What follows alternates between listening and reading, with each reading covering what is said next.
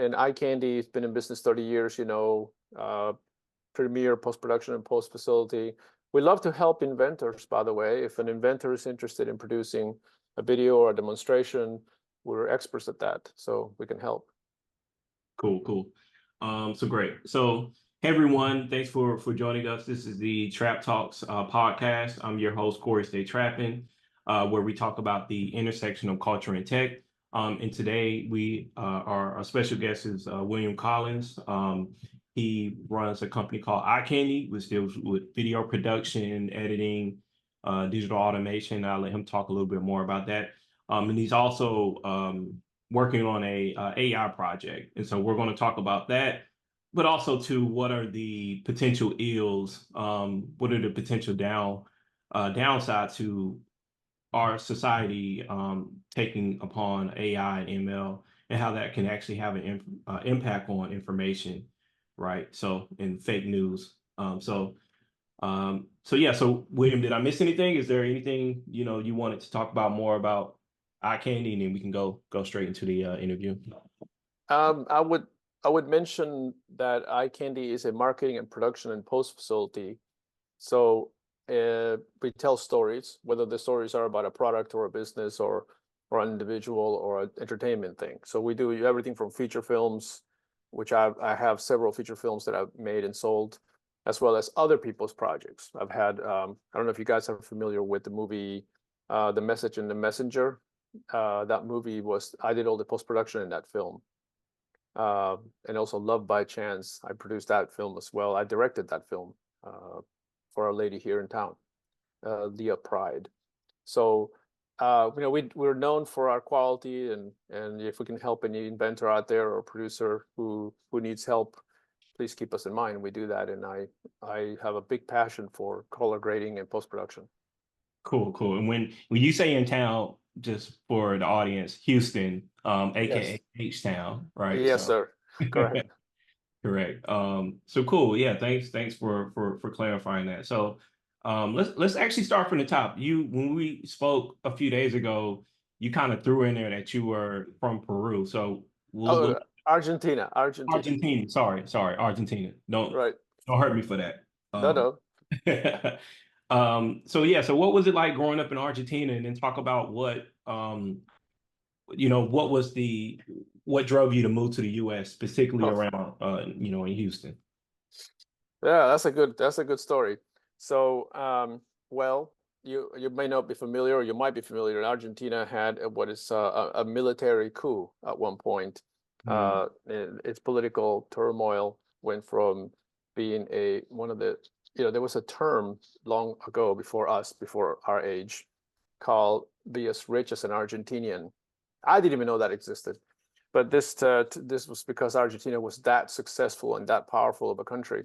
Then a populist socialist president took over and gave away the farm to the people and bankrupted the country. It only got stopped by military coup, which then came through the Kissinger pressure to trying to stop the push of socialism through South America. They killed almost 1 million people in that process. We were there, my father and I, and my father had a shop. I grew up around race cars. He had a Formula 4 manufacturer. Formula 4 is a type of race car that is a feeder class for Formula 1. My father is an engineer. My grandpa is an electrical engineer. And the factory was not doing well. And one day I was riding my bicycle. I was like, I think it was like six years old. And a military truck passes by, and this girl runs across the street and runs into this wall. And the military guys come out, and they got a machine gun, and they just machine her. I'm right between the truck and the girl. The girl passes right by me, and she gets machine gun against the wall. And then the military men are all laughing and picking up her brain with the tip of the gun, and I'm horrified. And I went home, shaking. And my parents heard about that and pretty much decided to immigrate to the United States. So we sold everything and moved here. Wow. Yeah. So not a pretty situation that ended up bringing me here. But I made this my home. This is now my home more than anything else, and uh, you know, it makes you value free speech and democracy a whole lot. Yeah, yeah. I mean, I can't. How, if you don't mind me asking, how old were you when you saw that, and how old do you think that little girl was? Oh, I was 6 years old, and I would say that was a teenager, probably. I would say, I don't know, 16, 17 years old. Uh, Oh, because at the time, the youth was going socialist, so they were pamphleting and they were pushing for socialism. mm, And there was an iron fist from the military. If anybody was involved promoting socialism, they basically were picked up and raped, tortured, killed, and thrown out of airplanes. oh So man, it was terrible. So yeah, after that happened, my family just got too scared to stay there, and we just sold everything and left. got it. And you said you were 6, and you think the girl was about 16? Yeah, I think so. Yeah. Wow. And so when you saw that, you fully understood what was happening, that she had passed, even at 6 years old. You understood. No, not really. I mean, I remember I asked. I mean, I have I've always had an inquisitive mind and a very philosophical way of thinking. So I did get mad at the soldiers and shouted at them, like, why did you do that? And I insisted on getting an answer, and they just kind of told me to get the heck out and go home, just kind of the way you would look at, just get out of here, kids. But Oh, um, I had nightmares for years. I still remember it very vividly. I've actually thought about doing a whole scene around, reproducing this because it was such a shocking wow. imprinted thing in my brain. Mhm. So was she passing out pamphlets? She had pamphlets in a purse, so when she was shot, pamphlets went flying everywhere. Oh, okay, okay, got it. I should have mentioned that. Yeah. Crazy. Um, Yeah. did you ever go to therapy for that, or No. no? Yeah, therapy's for wimps. Well, Yeah, I'm Irish Italian. They say that psychotherapy, we're impervious to psychotherapy anyway. We don't really function with that. So mm, mm, mm. I once tried psychotherapy and I fired my psychotherapist. I told him, if you don't become more active, I'm not coming back here again. Yeah, yeah. I done therapy myself. It was good. I'm glad I did it. Um, but we live in a different time now where it's actually more common for people to talk about therapy versus, I'm sure, when you were growing up, therapy was kind of like taboo, you know? Yeah, I mean, it was helpful for me as well. But that wasn't the reason why I did it. I did it for other reasons, mostly because I was under a lot of stress. But yeah, I just came, I'm very clear about what's going on. I understand it. Got it, got it. So what was happening in Argentina, and you definitely know more about the history of Argentina than I do. But I remember hearing that a lot of the Germans who were a part of Hitler's regime left and went to South America. Yeah, yeah, yeah. Was Peru, did they influence what was happening in Argentina? well, it was all over South America. It was Peru, Chile, it was Brazil, and Argentina. Okay. Yeah, and they did because there was a lot of SS soldiers. There was a lot of people that ended up in the government. So it was a giant mess. And yeah, I'm sure they did, but I was too little to understand or know that. Uh, I can only tell you that it was part of the problem, part of the violence that came out of all this. Certainly was a lot of Hitler youth and people like that ended up being migrating into Argentina, which was the only country that remained neutral in World War II. Mm, mm. Uh, Got it, got it. So you leave, and then you all go to so did you move directly to Houston, or was there somewhere else you lived uh, with first? I think my parents did a pit stop in some other places, but they're not worth mentioning. I mean, like meaning we didn't stay there long enough to really say we stayed there. We just sort of, it was always a goal to come here because some of my father's race team members had moved to Houston, and they said, this is where you want to be. It's really great and so forth. And so they already had a goal to end here. And yeah, I've been here my whole life, so. I've traveled a lot, but I make use of my home. Got it. Got it. So how was it? How did you adjust with, I guess, learning the language? Because I'm sure when you came here, you had your strong accent. So how did and I'm sure you all spoke. What do they speak Portuguese or is it Spanish in Argentina? It's Castilian Spanish. Oh, okay. Okay. Uh, And no, I mean, I learned English pretty quickly. I, yeah, our education in Argentina is a lot further ahead. So when I came here, we only go to the seventh grade and then we go to college. But here you go to the seventh and then you go 8, 9, 10, 11, 12. So by the seventh grade, I already had trigonometry and world history and everything else. So I didn't know what to do in school. And my parents were trying to get me out of there, but they forced us to stay through 7, 8, 9, 10, and eventually I left and tested out of school and went to college. got it. I Got went it. to U of H, actually. It's my alma mater. But I certainly is all of these things have a lot to do with why I ended up creating this new company that we will talk about. Yeah. Yeah. Well, I didn't.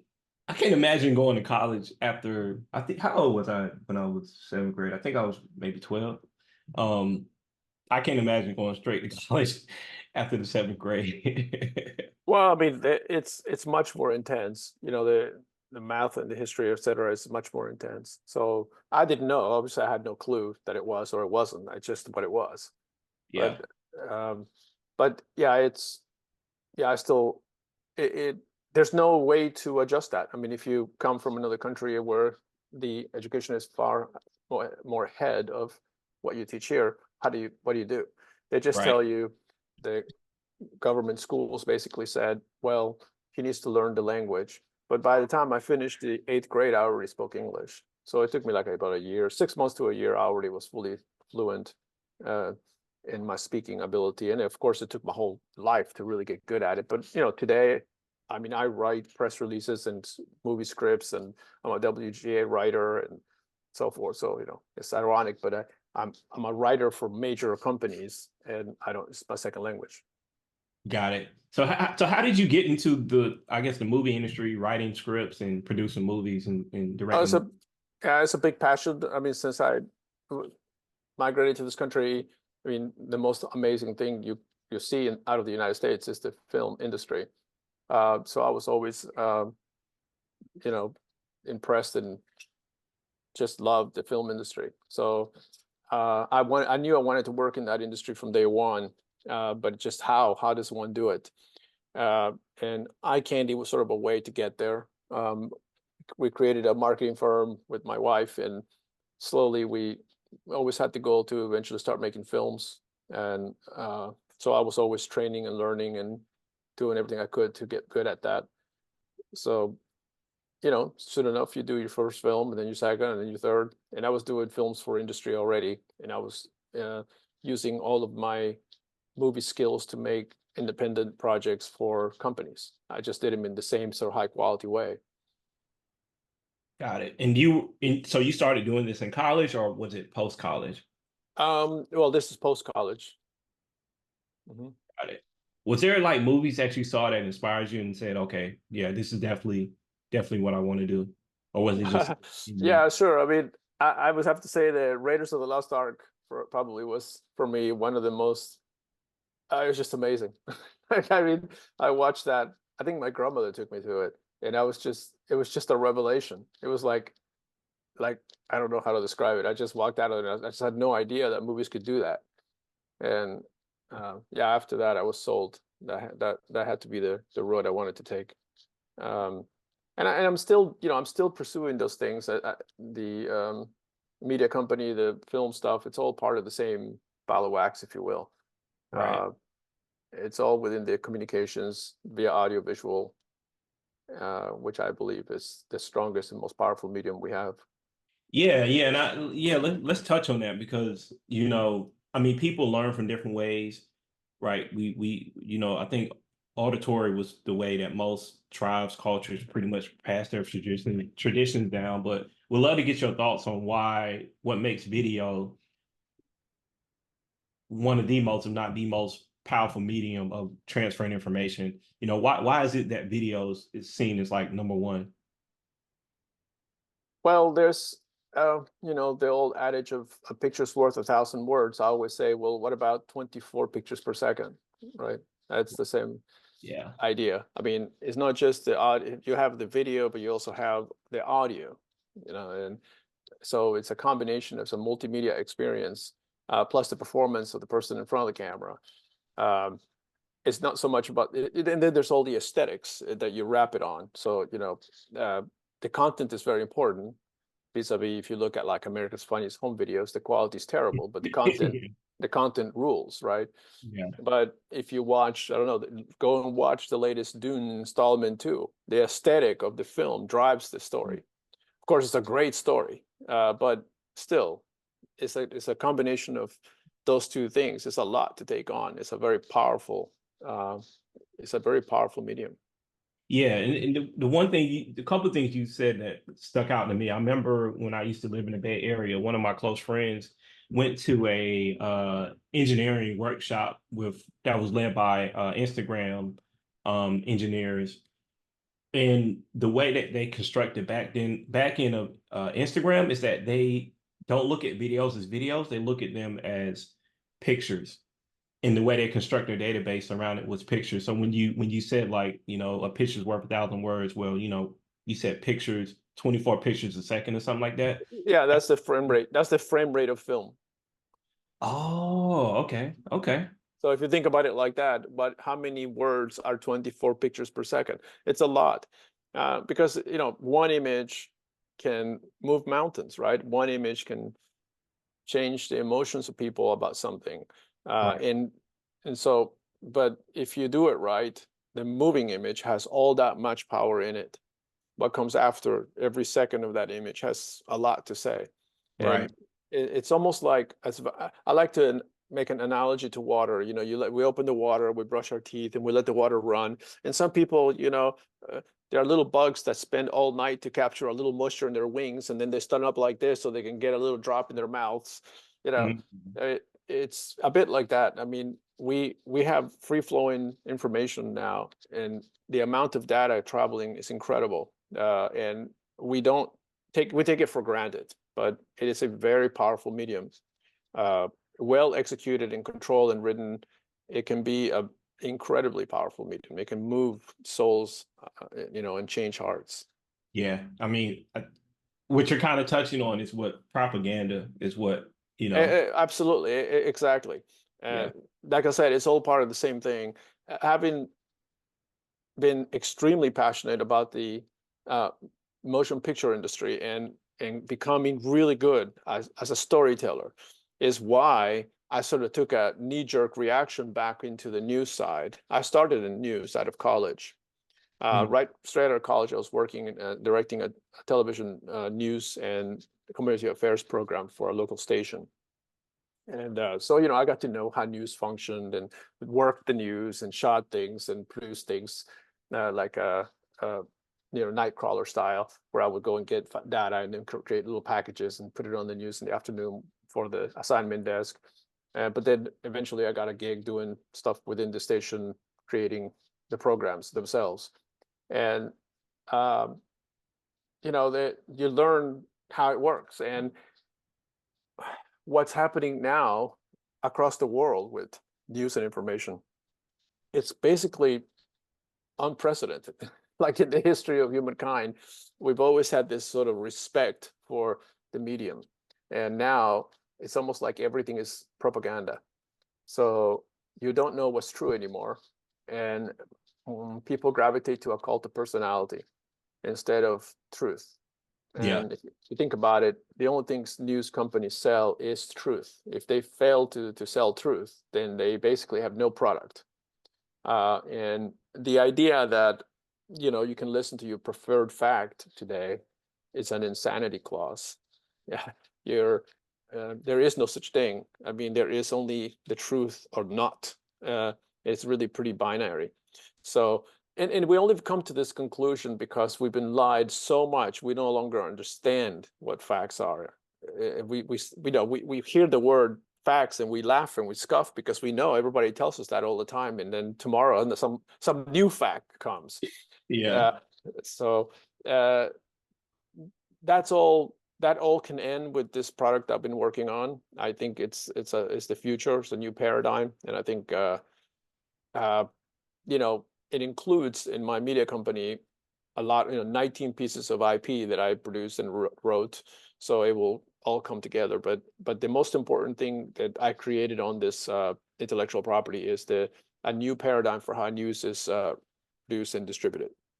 Got it. Got it. Before we touch on that, I did want to ask one thing because I just thought of that the Writers Guild strike. Did that actually impact any of your movie production that you were doing at the time? I know it's ended now, but did that impact you or anything? Not me, because my stuff I had stopped and that process and began Descendant pretty much full time at that point. So I was not writing anymore Got it. Got it. for other people, so. Got it. So yeah, let's start talking about Descendant. But before we talk about that, you said one thing that really stuck out to me. You said you are a free speech absolutist. Yes. What is that? Right. So this is about the limits of free speech, right? We've been slowly eroding the understanding of what free speech is in this country. And a free speech absolutist is that there is no limitations to free speech.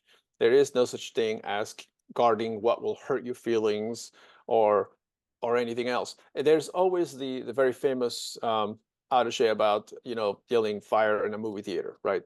Of course, there is a consequence for doing that. There's a law against that. Okay, so if you do that, there's a law that gets you. So it's within the boundaries of national and state law. That's what I'm saying. And so within the boundaries of national and state law and the Constitution, you should be able to say absolutely anything. A free speech absolutist is you should be able to say absolutely anything, criticize absolutely anyone and anything. And there should be no limits to that.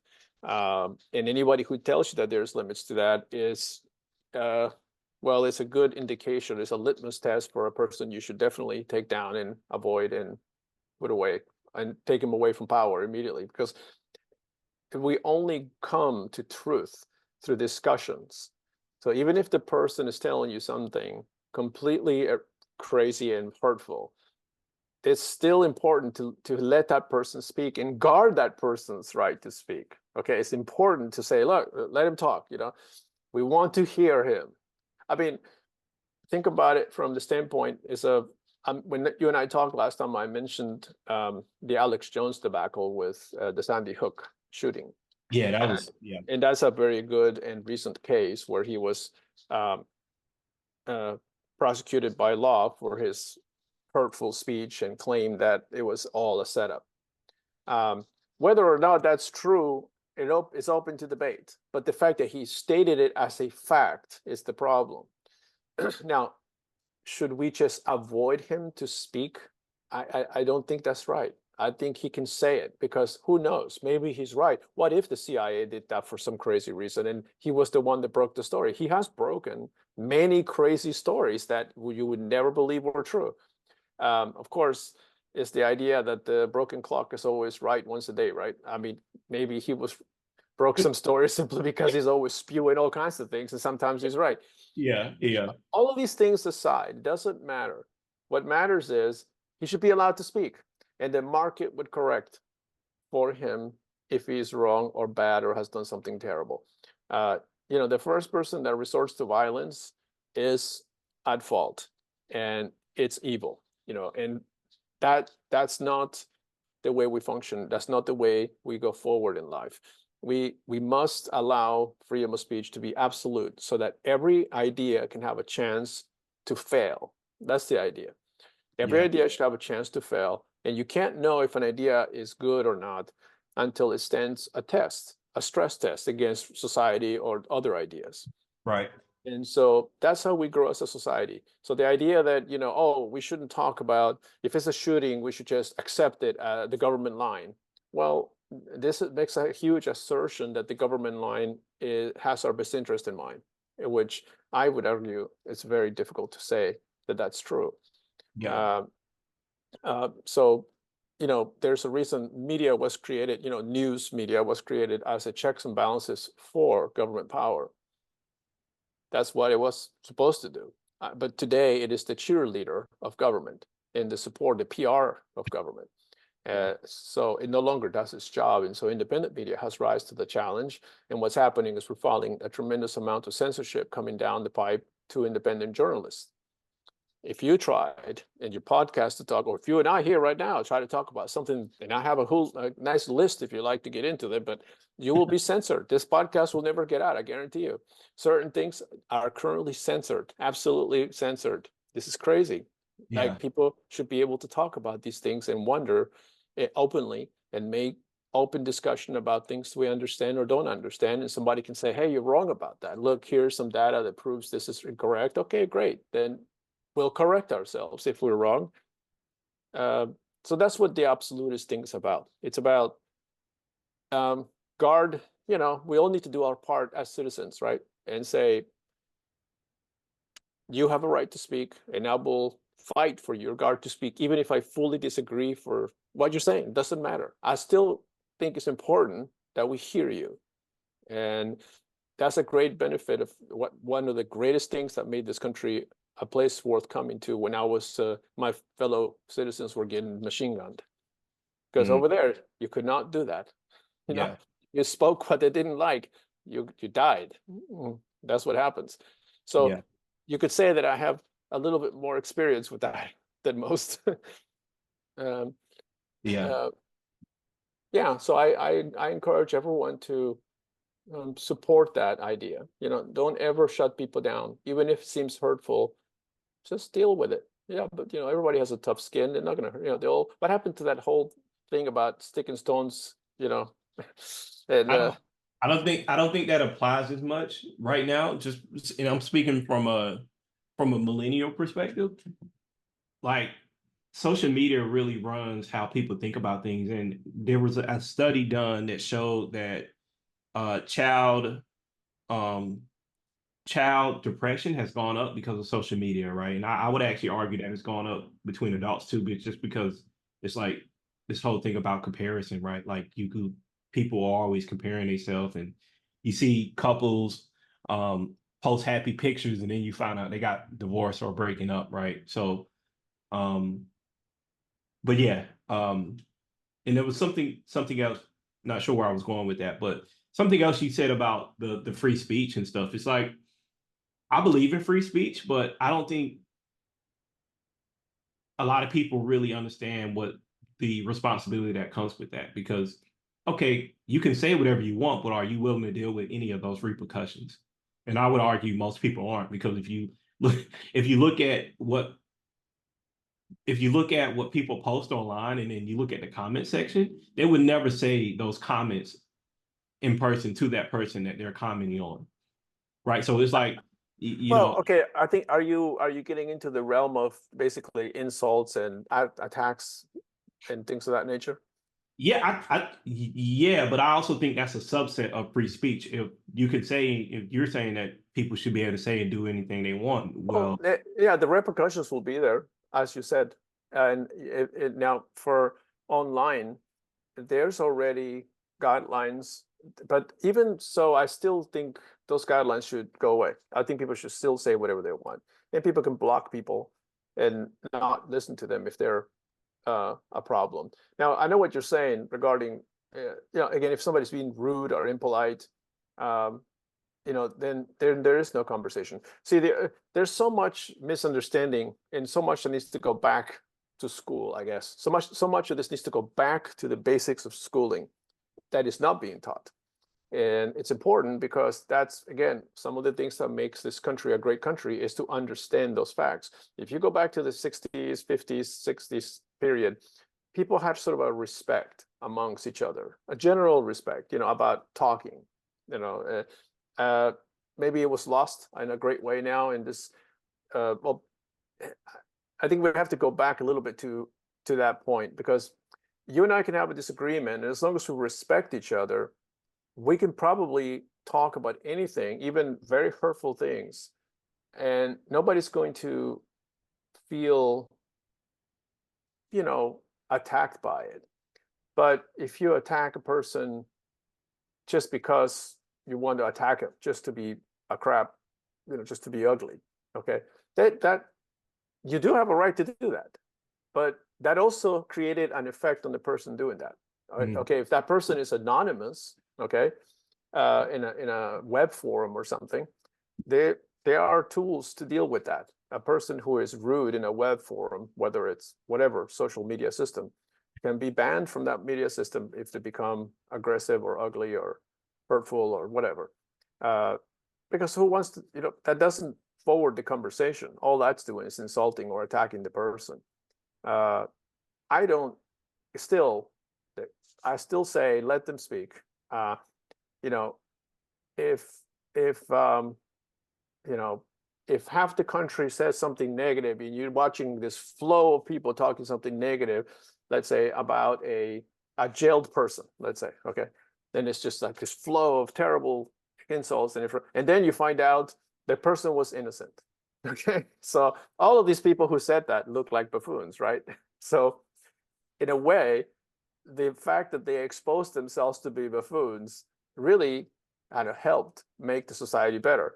This is an example, as not a great example, but it has a way of writing itself, uh, uh, and uh, and good conversations versus attacks, ad hominem attacks and things of that nature are what actually succeeds. Is what actually takes the thing ahead. The insults and the nippy people who just show up with, to do a shit post. These Right. people, they disappear. You'll get one today, two tomorrow, but nobody pays attention to them, and they're unfortunately going to always be there. And if you silence them, you're going to silence good people, and the cost of silencing good people is too dangerous. You don't want to do that. Yeah. So it's just cost. The cost of living in a free society is that some of the speech you hear is not going to be pretty or acceptable or the one you like. Yeah. And that's the cost of living in a free society and an open society. If you shut Yeah. it down, if you think about it, Elon Musk says this, and it's exactly correct. The reason you want free speech is to protect the speech you don't agree with. Okay, not to protect the speech you agree with. That one does not need any protection. It's the one you don't agree with, and that's why it's important to protect it. Yeah. So that would be my thing about that. Mm-hmm. Yeah. Yeah. And when you were talking about how people say one thing and then it comes out to be incorrect, that literally made me think of the Central Park Five. I'm not sure if you're familiar with Yeah, that. yeah, I remember that story. Yeah, and then Trump puts the ad in the paper. You Exactly. So what know, does that so do? What? it's like that was crazy. He's never apologized for it, which I don't expect him to. But um, Well, what? but I mean, think about what it does. It makes, at first it looks like a acceleration of an injustice, right? An acceleration of an injustice, and everyone of who is connected to that community is going to say, "What a horrific thing! What a terrible thing!" etc. No one's noticing he's getting away with this terrible thing, but eventually the truth comes out, and the whole thing reverses. And so now that element remains, and you can talk about it. If that had been forbidden from being said at all, then you never would know that, and so that information would never be out. This is the kind of stuff that you have to keep in mind. Uh, we have to just take the good with the bad and understand that it's part of the benefit.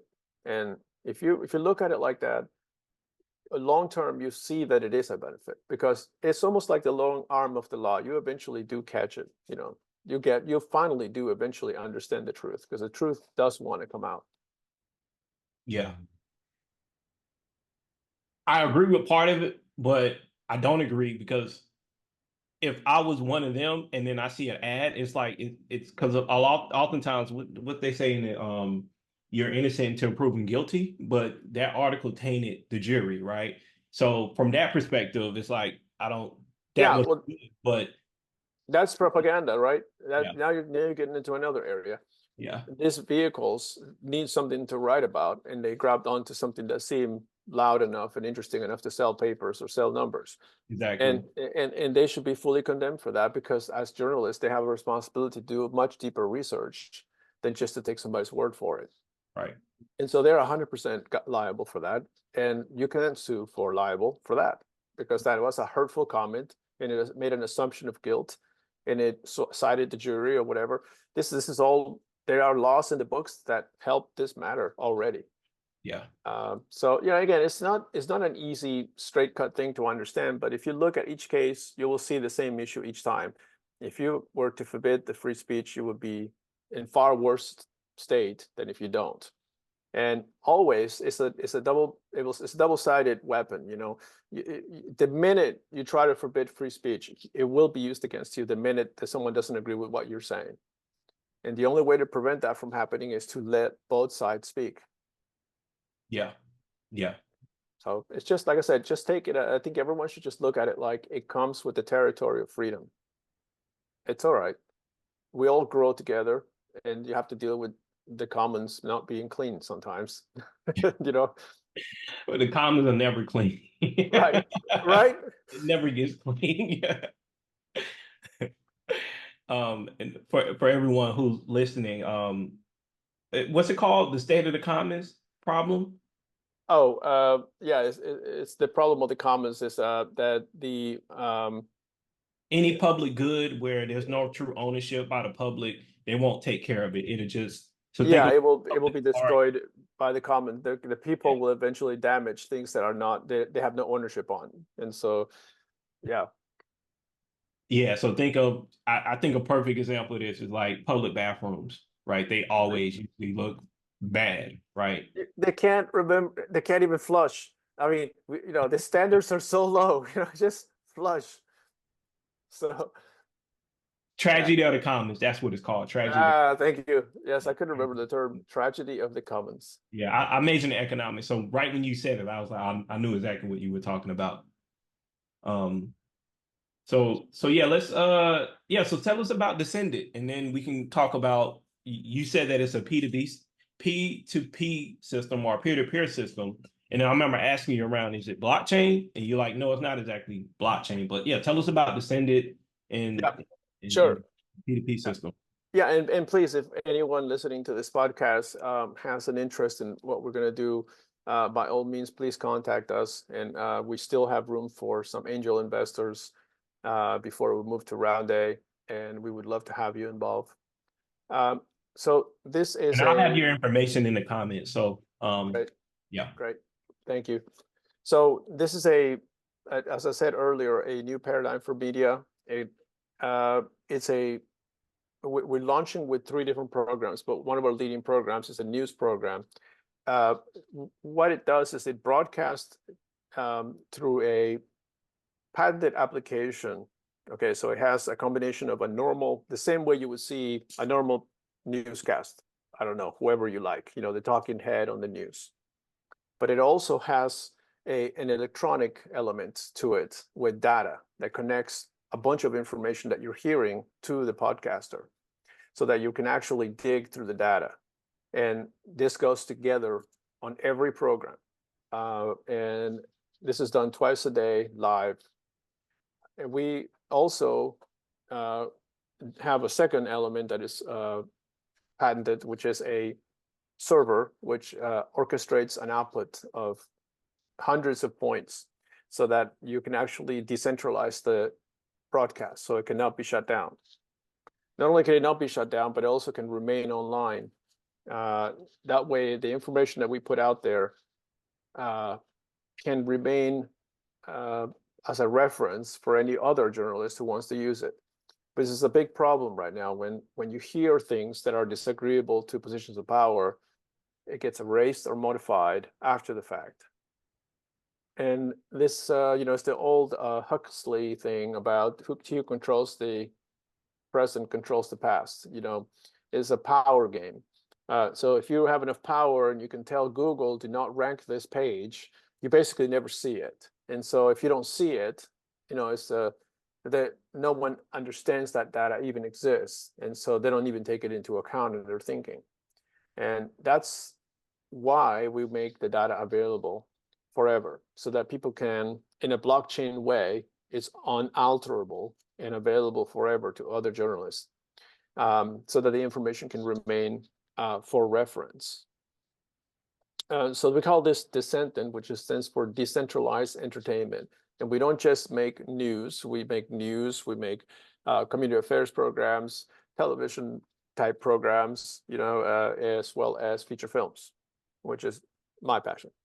And the idea behind it is to create something that will put us back to trust on news and information, which right now everyone does not have this. Legacy media, there is at this point losing viewership every day.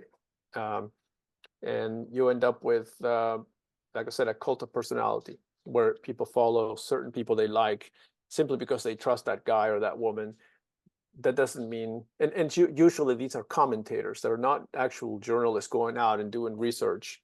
They're usually just echoing, Reuters or the New York Times or whatever. They're just commenting on an existing piece of information, which really is a problem.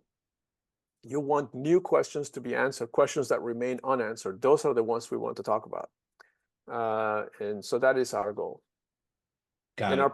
our promise is to bring at least 2 questions fully answered today, every day. So every day you're going to get 2 solid answers to 2 perplexing questions that remain unanswered at this point. And there are so many. It's amazing when you look into it.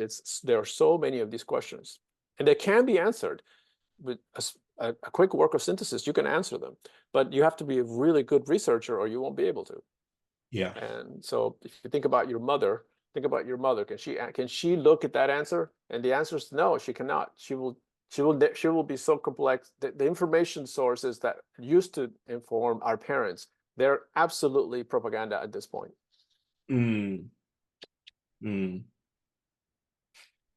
So there's one thing that I noticed about blockchains, new blockchains as they're being, invented and stuff, right? Where they say decentralization, and decentralization means basically there's no central server hosting that particular service, right? But the ironic thing is that a lot of these new blockchains, and I actually formerly a few years ago, worked at a blockchain company where instead of it being hosted on people's personal computers, it was actually hosted on Amazon Web Services. So Right. it centralized. So my question for you is like how, and so we look at Bitcoin, right? So Bitcoin was decentralized when it was invented and it's pretty distributed. I would argue that it is centralized now because a few people control it relatively, but who's hosting it's not a blockchain, but P2P system? Is it on a server like AWS or is Well, it? no, we would never use them because, the famous example I gave you before about Alex Jones, he was shut down by Amazon Web Services, even though his web service server, the server he owns, was not blocked. You could go to it, but there was no stream. And basically the highway you travel on, his garage was fine, but his highway was blocked. There was no highway for him to get into. And everybody uses Amazon Web Services because it's cheap and they make it really easy to adjust and so forth. But they are absolutely tyrannical. And if they don't like what you're saying or you don't toe the state line, you'll be shut down by them. And so we don't want to do that. We don't want to use them. Our system does not rely on them. We have our own technology. And it's a very unique technology that makes it possible for our users to become part of the distribution network, not all of it, but part of it, as well as common peer-to-peer networks. So we don't need servers. And the more popular we are, the more powerful we become. So it's really a people's network for real. And that's why it's great, because its popularity is its strength. And it's decentralized, so you can't shut it down. The more popular it is, the more possible it is to shut it down. Yeah. So when you was talking about it, when we were talking about it a few days ago, I was thinking I use the example because I grew up with Napster. You know, Napster was like the first P2P system that I felt like I truly engaged with. Started my first bank account from selling CDs with Napster. And so Napster is truly or was a true P2P system where the software sat on each individual computer and effectively it connected to everything, right? So if you can tell us a little bit more, what exactly is a P2P system? Because me and you understand it, but for the audience, right? What's a good example, or how would you break it down for someone who doesn't even know what a P2P system is? Yeah, sure. Well, without getting into the details of the technical, you have a library basically with, let's call it a library with links. And this library with links has no data. There's no data. It's just a link going somewhere. And traditionally known as a magnet or whatever. And so this link is a hex file that tells you where or how to construct the file back. It doesn't tell you where, it doesn't have the file. So in the case of our program, if you were a journalist and you were interested in a piece of information we broke, and this piece of information was being attacked by the state because it seemed to be unfavorable to whoever, and suddenly you need this information because you were shocked to hear this really happen or whatever, and now the state media is shutting it all down. You don't even hear about it, but in our newscast you do hear about it, and now you want to repeat that information. Well, you can simply type the name of our podcast number or our program number, which is going to be listed visibly on each program, so that you can very easily find it. And you can go to any peer-to-peer network. So what is a peer-to-peer network is, if you and me and three other people have a piece of this newscast, the pieces of them are distributed across all three of us. So none of us have it, but we all have a little piece of it. Yeah. And our internet is not affected by it. It's absolutely minimal. It's kilobytes of data, but there are thousands and thousands of people with little kilobytes of data. And so if they come to your house and the FBI breaks the door down and says, "Come on, you are a rebel. We'll take you to jail." And so I go, "Why? I don't have anything." And they say, "Yes, you do. You have news and information." Yeah. Yeah, truth can now be had. So they would go through your computer and find nothing because you have nothing. You would have some kilobytes of data and completed information, and there's nothing there. And this is exactly what happened with Napster. People would get attacked, and they would go, "Hey, I don't have any information. I don't have anything." You have Metallica. That's not Right. Here's my album. Yeah. So the fact is, nobody has anything, but everyone has everything. And so by having everything and nothing at the same time, anytime you want it, it reconstructs in your computer, and that's it. So the minute you ask for it by clicking this magnet link, you basically call all the kilobytes from all over the world back over to your machine and say, "Okay, construct this serial number," and then it makes it back into your computer. Yeah. And every user who is watching the news at that moment or what have you gets to feed that data across the world. Yeah. And we are a international news and entertainment organization, so this is also very different. Normally, everything you're getting is we have to understand that what you're seeing on the internet is a lie. The internet is only showing you what is basically an intranet of Houston in the United States. You don't actually see anything outside our own. We have blinders on. We do not see whatever. We only see what Google wants to place in front of us, or whatever the current subnet is. So that's a problem, because there are much more information available for things like, I don't want to get into the dark web, but I'm sure are aware that 70% of the internet is dark web, and you have to know where you're going to even find it. So we have to get smarter about the internet, because sophisticated algorithms are not even anything to speak about once GPT-4 enters and the new LLM systems enter into the legacy here. They're going to become impossible to decipher. You're not going to know what's true anymore. And so this is why what we're doing is absolutely, I know it sounds like I'm tooting my own horn a lot, but I believe this is why I'm doing this. I believe that this is a life or death. It's an existential thing to make this. This is absolutely critical. If we don't do this, you're not going to know what's true anymore. Yeah. That's how serious this is. And you think, ha ha ha, sure, yeah. Well, wait 2 years. Yeah. So there's one thing, and I want to help the audience. I love that example of how you explain how if the cops came to somebody's house and they couldn't find information. Um, I want to kind of add to that example. So basically, let's say you have a key to your house, right? And so there's one key. What if you cut that key up 10 different pieces, and then those pieces are spread out across different places hidden around the city? Unless you are able to know where those pieces are and put the key together, you're not able to get into your house, right? Correct. Right. There's actually well, it's actually not blockchain, but it's kind of called blockchain Filecoin, where they have a system where whenever people want to save data on the network, effectively different nodes have different pieces of that file. And so each node, what they're called a computer, effectively has a mirror, and everybody's holding that mirror. And so you don't really know who actually owns that file, right? So it's like almost like going into a room full of mirrors and you don't know if which one actually has the real person. It's just a reflection of this individual around the room, right? Right. So kind of want to build that in to add more color, but you did great explaining it, but I also want to give a different explanation on it. No, yeah, that's exactly right. It's impossible to crack. That's why it's called immutable, just like the blockchain. And that's why I said it is like the blockchain because it's immutable. You really cannot crack it Yeah. because the extension of the replication, it's the serial key. And so it's just impossible. Plus, it self-corrects. So you can't even erase it. And if you take down 20 of them, 5 more duplicate over here. So you really, it's impossible it's immutable and impossible to shut down.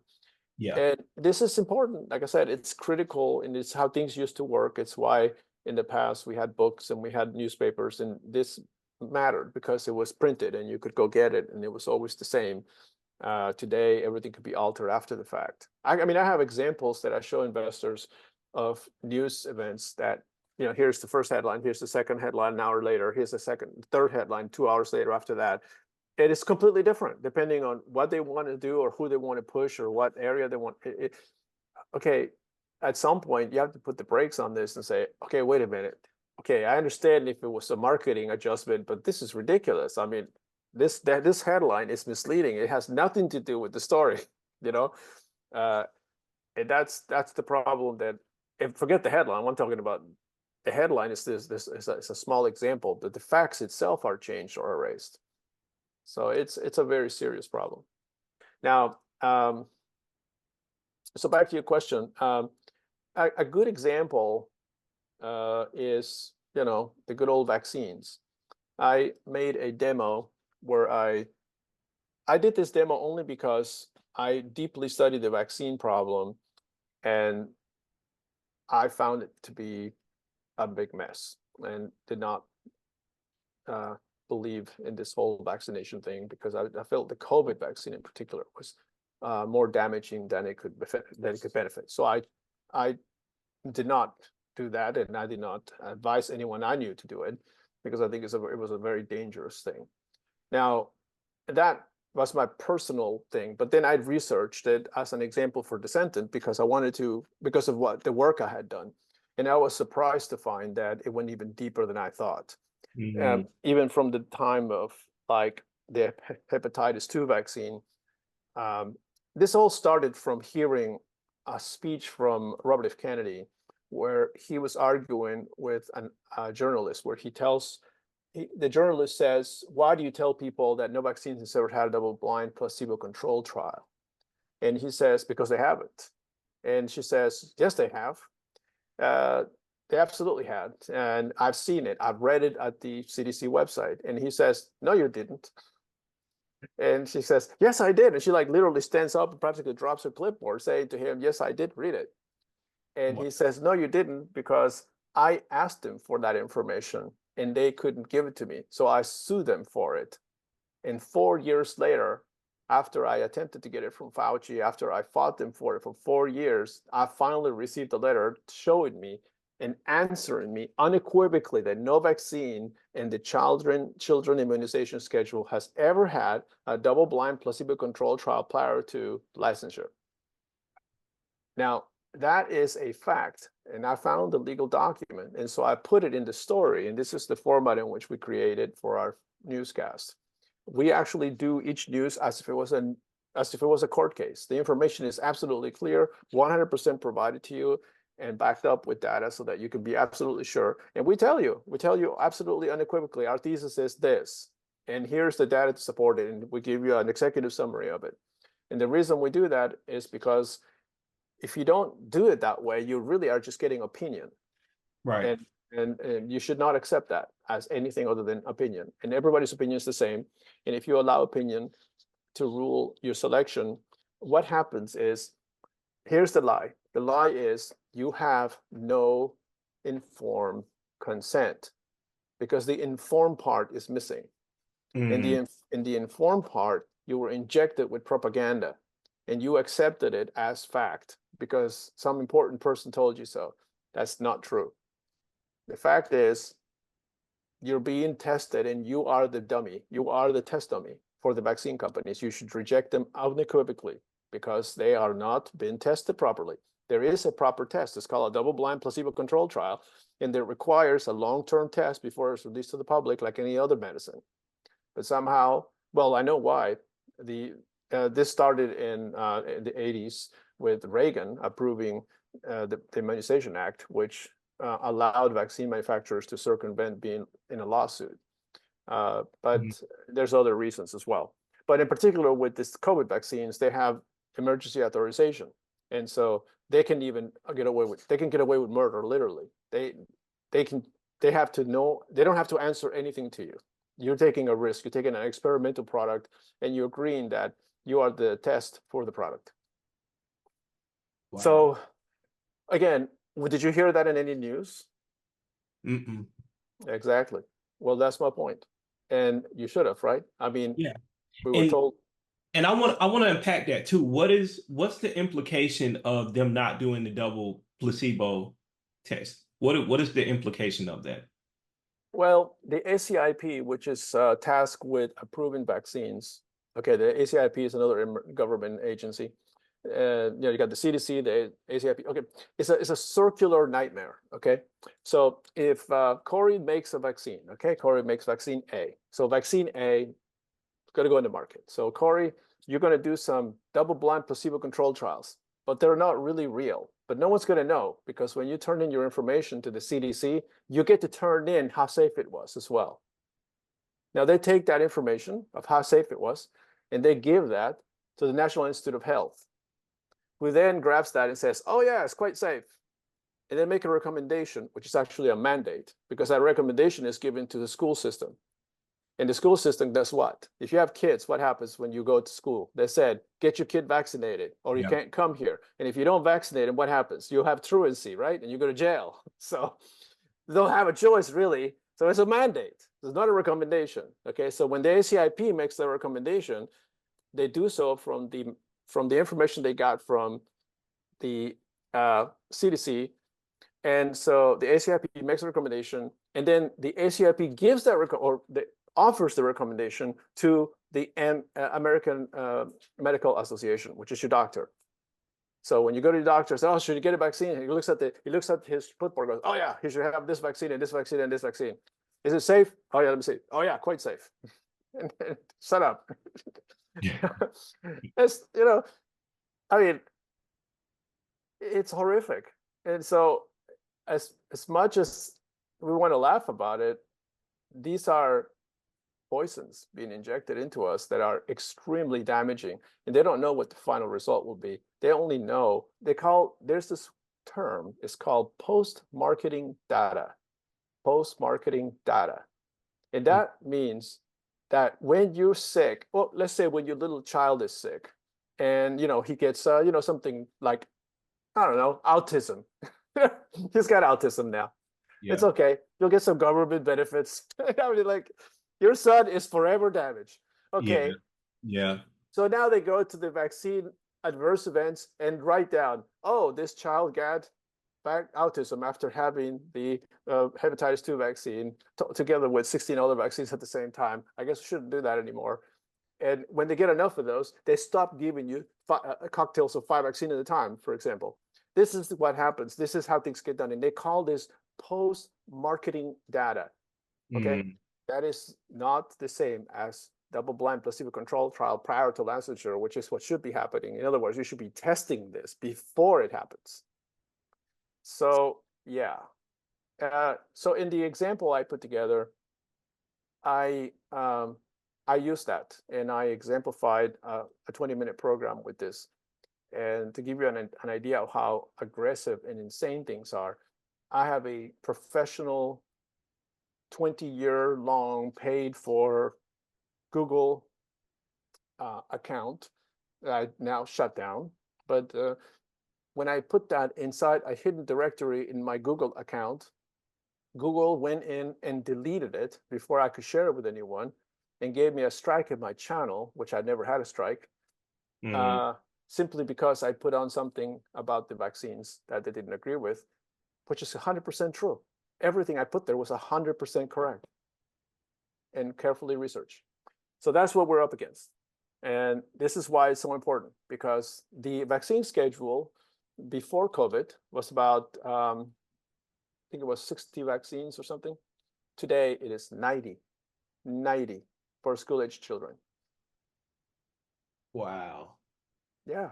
So what do you think is going to happen when they receive 90? And most of those are now mRNAs. They're messenger RNAs. They're gene therapies, because it's much cheaper They're for not. them. Yeah, They're they're not being vaccines. Yeah. Yeah, they're being moved into mRNA format because it's cheaper for the vaccine manufacturer. They make a lot more money from that tech. Other techs have gone into the free market now, so they no longer make any money for them. So, yeah. Okay. Did you want to talk about mind control? um. We still have mind control, eugenics, and bioweapons. Pick you up. No, look. So you just had me thinking about like when Kyrie Irving rejected taking the vaccine, and then how he had to sit out half his season in the NBA, particularly in because he played for the Brooklyn Nets at that time. But then you also had, I think, Aaron Rodgers. And you can anybody watching this feel free to fact check me, but there were a number of athletes who were found to have fake vaccine cards to show that they had got the vaccine, but they didn't. And so it kind of goes to your point about like whoever the powers are be with media, they tend to support or not support who's against or with the story they're trying to push or whatever agenda they're trying to push. Right. Yeah. So it as you were saying that it made me think of that. But yeah, so I think we can go into eugenics. Like what is eugenics? And I think that goes obviously into population control. Yeah. So eugenics was created in the early 60s, I believe, but it was designed as it uses evolutionary theory to select for better genes. And this has been around for a long time for farm animals and dogs and things of that nature, but it started to be used heavily by the Nazis to sort of create the ultimate race and so forth. And that's part of the reason why they decided to sort of ethnically cleanse all Jewish people from their country. And interesting thing is, wasn't Hitler Jewish, which was like really crazy. I remember when I learned that. I think he was part Jewish, but I'm not sure. But yeah, I think that's correct. Yeah. So eugenics has not gone away. It's just been renamed. And currently, one of the devotees of the eugenics in this country, well-known eugenicist, is Bill Gates, and as well as the WEF leader. And these guys are sort of Club of Rome anti-population people. They believe population control is critical, and that we're all going to die if we don't control populations and so forth. The Rothschilds were very famous eugenicists. Bill Gates' father was famously a president of the Planned Parenthood. He spoke about this. There's many videos about it and all. Yeah. But so um, in short, it's of course, a flawed idea, and the idea that we're going to have population failures because of lack of subsistence has been replaced by uh, global warming dangers. And we are now the danger. We expel too much CO2, make too much trash, eat, consume too much energy. And so our carbon footprint's too big. Therefore, we should be culled out of existence, is the thinking. And so the shorter you live and the more of us that die, the better it is for those who believe this thing. And we have to understand that this is real. We can't assume that we have to understand that this is a computation that people are making in some of these Pretty programs. crazy concept. Yeah, pretty crazy. Well, but it's there are laws. I've shared with you, and if you don't mind sharing with our audience, the two documents that I shared with you. Do you still have them? I'm trying to find them here. Yeah, I don't. Let me try to pull them up. Um, But uh, in those documents, you can actually read up about this. These are currently existing funded programs for population control. yeah, let me try to find it.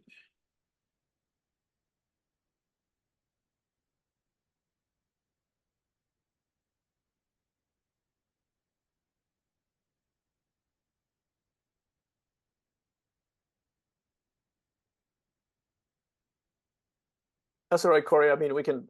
I'll just address them. Yeah, and I think I found one. Oh, that's kind of old though. Because I'm thinking the Cornell one, right? Yeah, Was that the right. one you were? Yeah, that's what I was thinking. Okay, yeah. All right. Actually, my computer's messing up, so it's not letting me share it. But I'm gonna put it in the chat, and you can share it. Okay. Um, so um, yeah, these ideas of eugenics are alive and well. They've just been renamed and reformatted so that we don't get scared by the scary boogeyman names. But the fact is, they're still being funded. Yeah, this document here, let me share this document so we can all see it.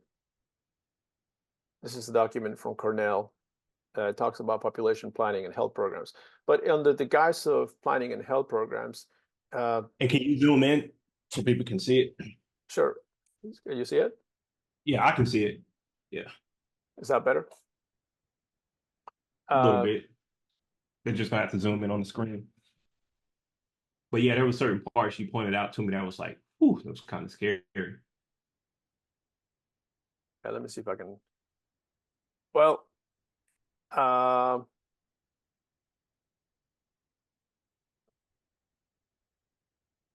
in this section of the research, they talk about how uh,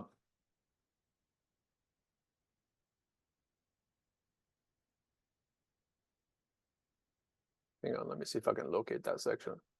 Oh, I must have passed it. So here's the actual funding, though. The appropriations are $290 million. And this is for 86 and 87, but this is continuing on. If you look into this, you'll find that it continues to be appropriated.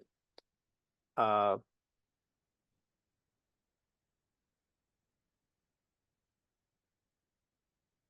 Here it is. The Congress recognizes the promotion of primary health care as a major objective for an assistance program. The Congress further recognizes that simple, relatively low-cost means already exist to reduce incidence of communicable diseases among children, mother, and infants, the promotion of vaccines or immunizations and salts. So these are under the guise of trying to give people survival for their children. They're they're they're going around the world immunizing kids, but the document itself, right here in the beginning, talks about the danger of uncontrolled population. And there was So something about sterilization, right? In here, was it? yeah, I can't locate it now. Might have been in the other document, Corey. I'm sorry. We better Yeah, just park I this think and it was in here. If you type in Control F and then type in sterile, it might directly take you to it.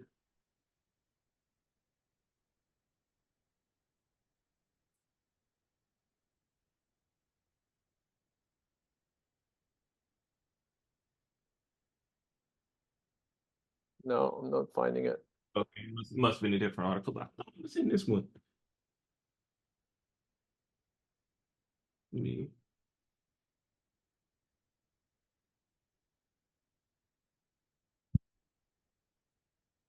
Okay, here it is. Actually, this is the part that I think I pointed out last time. Yeah.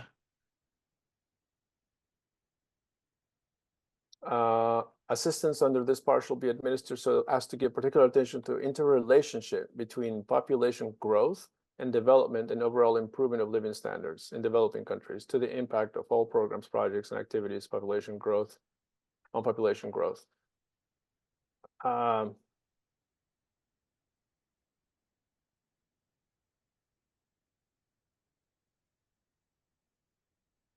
Since the problems of malnutrition, disease, and rapid population growth are closely related, planning for assistance to be provided under sections B and C at this section. So basically what they're saying here under section 2 is that malnutrition and disease and rapid population growth are closely related, and therefore planning assistance or abortions or sterilizations will be provided under sections B and C. And B and C make extensive use of field testing and adapt basic research to their conditions. Population growth in developing countries.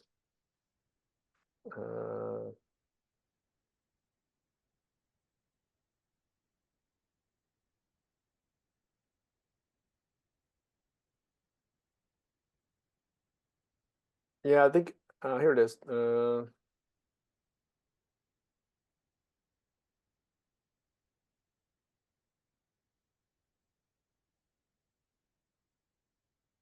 Yeah. Yeah. This one says that it's not allowed to use the funds for sterilization. None of the funds to carry out subchapter 1 may be used to pay for the performance of involuntary sterilization as a method of planning. Yeah, you have to look at the other document. I think there was 2 documents, and one talked about how they were going at certain things, and the second document talked about the application of it. And between both, you can kind of read in what's going on there. Right. And in short, this one is basically saying that if you're poor and living in absent poverty, and you have a big family, they're going to help you with family planning, which means they're going to help you with abortions. Yeah. It's crazy. Yeah. Yeah. So, while every country has the right to determine its own policies with respect to population growth, voluntary population planning programs can make a substantial contribution to economic development, higher living standards. But what does that mean? Let's unpack that sentence right there. Why? It means less people will make you more financially successful. Wow. So, But like, how can we prepare for this? Like, how can the average person prepare for something like this? Well, it's a big conundrum because unless you spend too much time reading academic papers and trying to decipher and unpack them, you're just going to listen to the 5 o'clock news, and they're going to lie to you, and you can't. Basically, you're never going to understand what's going on. This $260 million of taxpayer money is going to NGOs traveling to foreign countries to give people abortions so they don't grow too much, and they say they won't use it for sterilizations, but I think the other document went into some of this. You look at what's going on in Canada right now. In Canada, if you can't afford your doctor bills, they give you as an option, you can self-euthanize. You can use a machine that will put you out of your misery, basically. Wow, that's crazy. So what can you do is you can be a little skeptical when people are telling you these things, and realize that there are nefarious desires at work that are going to profit from the deaths, and you should be careful about who you give control for these things. Yeah. But it's my point is only that, okay, if you look at who is benefiting, look at who is the investor of the vaccines, for instance. In this case, one of the biggest investors of the vaccines is Bill Gates.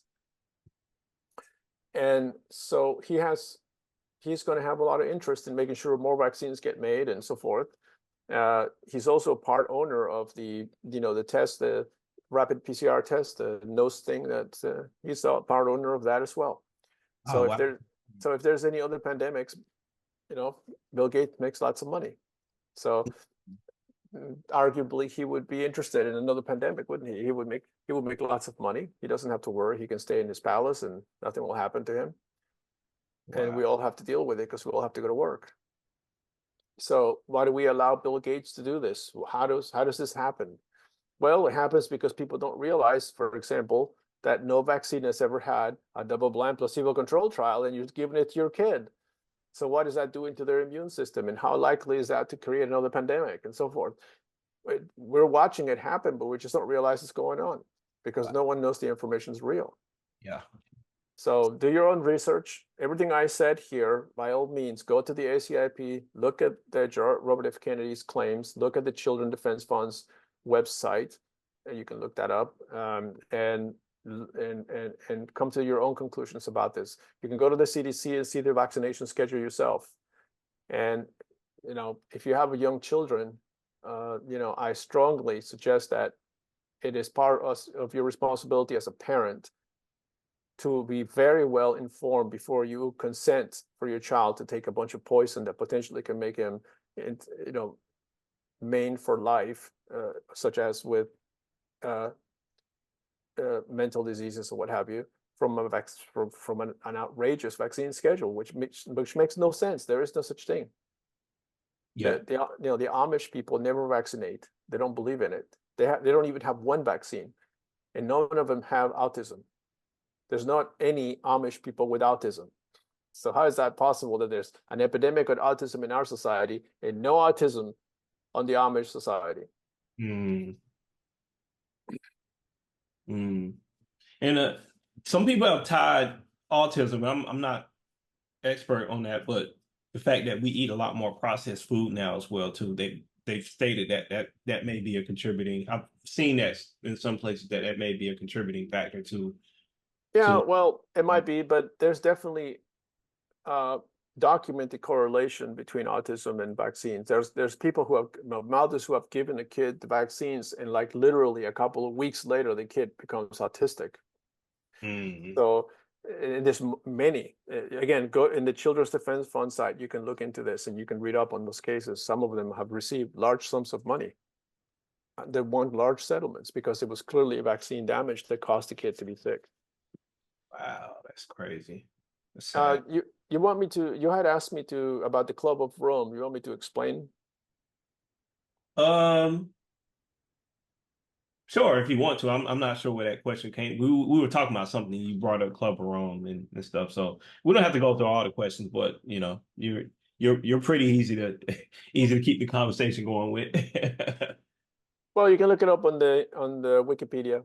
But the Club of Rome is something of which Bill Gates is a member, in which WF president is a member, and it's basically another eugenics society who believes that we have to cull the population by about 3 billion people. So, yeah. Yeah, yeah, yeah. It's cool. Was there anything else you wanted to touch on around descendant or anything? I know we're about at time, so I want to make sure I'm Oh, respectful. sure. Okay. Well, please, if you know anyone that is interested in what we're doing, contact me. Uh, we believe this will be a tremendous financial hit as well, because it will. And a good example of how good of a hit it will be is to look at, say, I don't know, like Tucker Carlson and what happened to him. He left, as a successful host of Fox, but went to Twitter and, for example, during this last Putin interview that he did, he received 136 million views. And that's more views than all of the legacy media put together for a month. And this is why is that? Because people are gravitated to truth as a healthy piece of information. They want to know non colluded information that's clear, right from the horse's mouth, sort of.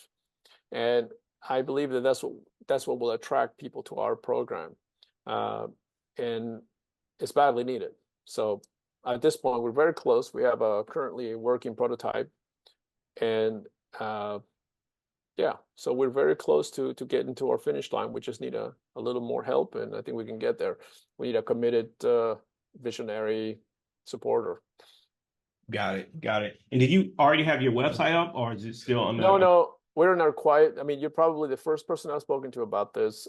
We are actively speaking to many investors, but we've not talked in public about this at all. And because again, we're not there yet, but we can easily come to the public when we're ready. Uh, I, I would say we're probably 3 to 4 months away from broadcast if we were to have all our money tomorrow. Got it. So if somebody looks me up, they're going to see only my marketing and film side. But Yeah. that's who's behind it. Cool. Cool. Well, maybe by the time we release this interview, you may be launched, but yeah. Oh, from your lip to God's ears. Mhm. Well, this has definitely been like I know a very educational like interview for me. Like, kind of gave me a historical context in Argentina and stuff. It was really cool learning about your story and how that impacted you wanting to build Descendant and get into the film industry. And yeah, so I just want to thank everyone for joining us. Again, this is Corey with Trap Talks, Corey Stay Trapping, and thanks William for joining us, founder My of pleasure. Eye Candy and Descendant. And yeah, you all take care. Thanks. Peace, everybody. Bye-bye.